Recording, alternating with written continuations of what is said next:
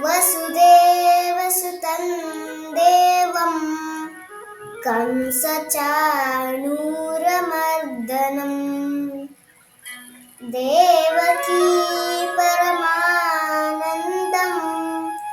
ಕೃಷ್ಣೌ ವಂದೇ ಜಗದ್ಗುರುಂ ಶ್ರೀಕೃಷ್ಣೌ ವಂದೇ ಜಗದ್ಗುರುಂ.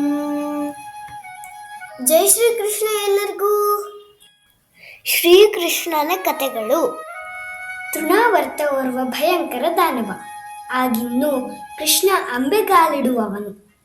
ಅವನನ್ನು ಕೊಲ್ಲಲು ದುಷ್ಟಕಂಸ ಈ ತೃಣಾವರ್ತ ರಾಕ್ಷಸನನ್ನು ಗೋಕುಲಕ್ಕೆ ಕಳುಹಿಸಿದ. ತೃಣಾವರ್ತ ಬಿರುಗಾಳಿ ಹಾಗೂ ಬಿರುಮಳೆಯನ್ನು ಸೃಷ್ಟಿಸುವ ಸಾಮರ್ಥ್ಯವಿದ್ದ ರಾಕ್ಷಸ.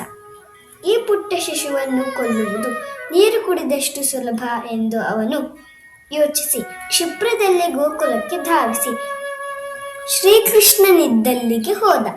ಎಳೆಯ ಕಂದ ಶ್ರೀಕೃಷ್ಣ ತನ್ನ ಬಳಿಗೆ ಬರುವುದನ್ನು ಕಂಡ ಆ ರಕ್ಕಸ ಕತ್ತಲ ಮರೆಯಿಂದ ಬಂದು ಅವನ ಮೇಲೆರಗಿದ. ದೊಡ್ಡ ಬಿರುಗಾಳಿಯನ್ನು ಸೃಷ್ಟಿಸಿದ ಆ ರಾಕ್ಷಸನು ಮಗುವನ್ನು ಮನೆಯಿಂದ ದೂರ ಸೆಳೆದು ತಂದ. ಈ ಸಮಯದಲ್ಲಿ ಯಶೋದೆ ಹಾಗೂ ಇತರ ಗೋಪಿಯರೆಲ್ಲ ಕಂಗಾಲಾದರು, ಭಯದಿಂದ ನಡುಗಿದರು. ಏಕೆಂದರೆ ಎಲ್ಲಿಯೂ ಕೃಷ್ಣನ ಸುಳಿವಿರಲಿಲ್ಲ. ಅಯ್ಯೋ ನನ್ನ ಮಗನಲ್ಲಿ ಎಂದು ಯಶೋದೆ ರೋಧಿಸಿದಳು.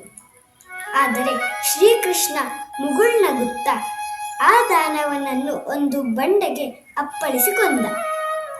ಬಹಳ ಹೊತ್ತು ಹುಡುಕಾಡಿದ ಮೇಲೆ ಆ ದಾನವನ ಕಳೆ ಬರದ ಎದೆಯ ಮೇಲೆ ಕೃಷ್ಣ ಆಟವಾಡುತ್ತಿರುವುದನ್ನು ಯಶೋದೆ ಮತ್ತು ಗೋಪಿಯರು ಕಂಡರು. ಯಶೋದೆ ಸಂತಸದಿಂದ ಮಗುವನ್ನು ಬಾಚಿ ತಬ್ಬಿಕೊಂಡು ಸಮಾಧಾನದ ಉಸಿರು ಬಿಟ್ಟಳು. ಇಂದಿನ ಕಥೆ ಮುಗಿಯಿತು. ಮುಂದಿನ ಕಥೆಯೊಂದಿಗೆ ಭೇಟಿಯಾಗುತ್ತೇನೆ. ಧನ್ಯವಾದಗಳು.